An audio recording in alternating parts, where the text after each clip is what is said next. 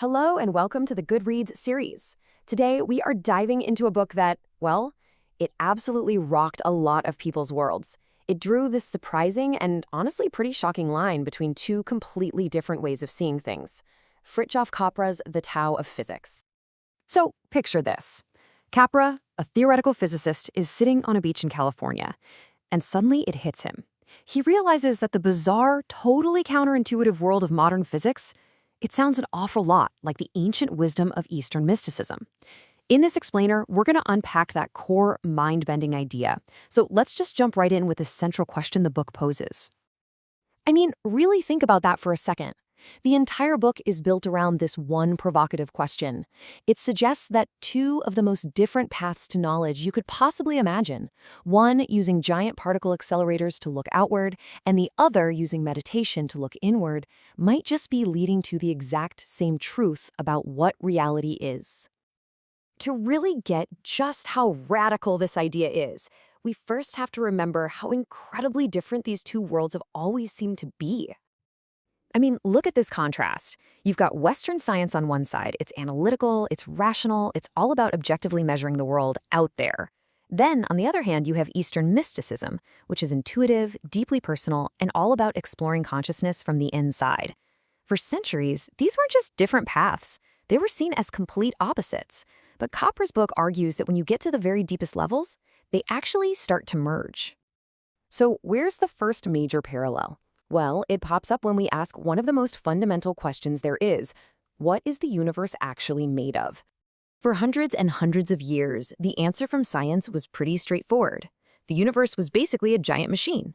It was built from these tiny, separate, indestructible parts, kind of like cosmic billiard balls. This was the world of Descartes and Newton, a world made of fundamental building blocks. But then, quantum physics came along and completely shattered that mechanical view. As the physicist Niels Bohr realized, those so-called building blocks aren't really separate things at all. A particle doesn't just have properties on its own. Its very identity only makes sense because of its relationships and interactions with everything else. Okay, so hold that thought from physics. Now listen to this description of reality from Eastern mystics, written thousands of years ago. The Avatamsaka Sutra talks about Indra's net, this cosmic web where every single jewel reflects every other jewel. It's a perfect metaphor for a universe where nothing is isolated, where everything is interconnected. It's a vision that modern physics needed centuries of experiments to even begin to grasp. It's just incredible. All right, the next parallel we're going to look at goes even deeper. It gets kind of weird because it challenges the very idea that there's an objective reality out there that exists completely independent of us. You know, the old-school scientific ideal, which came from the philosopher Descartes, was this thing called the Cartesian partition. It's basically a clean split between you, the observer, and the thing being observed. The scientist was supposed to be this totally neutral spectator, just looking at the world machine from the outside without affecting it at all. And once again, quantum physics just flipped the whole thing on its head. Werner Heisenberg, another one of the pioneers in this field, realized that the act of observing isn't passive at all. How you choose to measure something fundamentally changes the answer you get. So the observer isn't separate from the system. You're an active participant in it. And the mystic? Well, what do you think their entire practice is about? It's about dissolving that exact same boundary. The whole goal of meditation is to get past the illusion of being a separate I, looking at the world, and instead to experience this deep unity where the observer and the observed just become one. And this all leads us to the final, and I think maybe the most beautiful metaphor that's shared by both of these worldviews: the idea of the universe as this dynamic, unending dance. So, down in the subatomic world, nothing ever just sits still.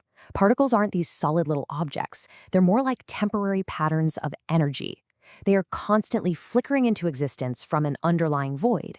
They interact, they transform, and then they vanish right back into it. It's this continuous, rhythmic process of creation and destruction.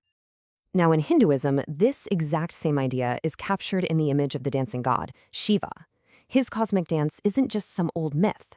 It's a really profound metaphor for the true nature of reality, a universe in constant, rhythmic motion, where everything is just a fleeting pattern in an eternal flow of energy. And here is the absolute kicker. Physicists discovered that the cosmic dance isn't just a metaphor. It's a scientifically accurate description of reality.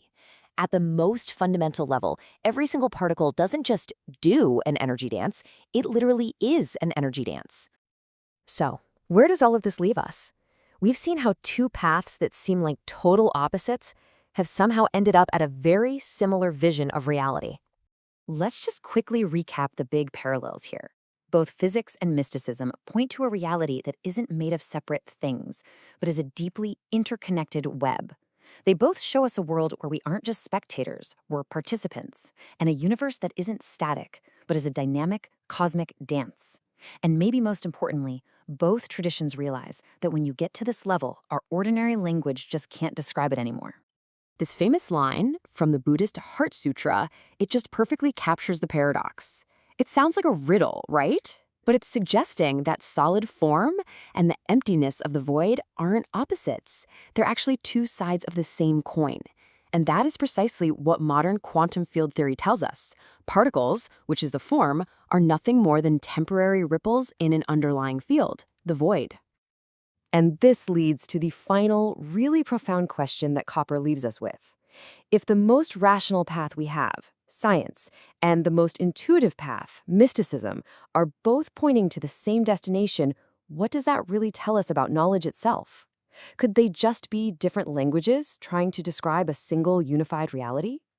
It's a thought that really challenges the boundaries we've always drawn between science and spirituality.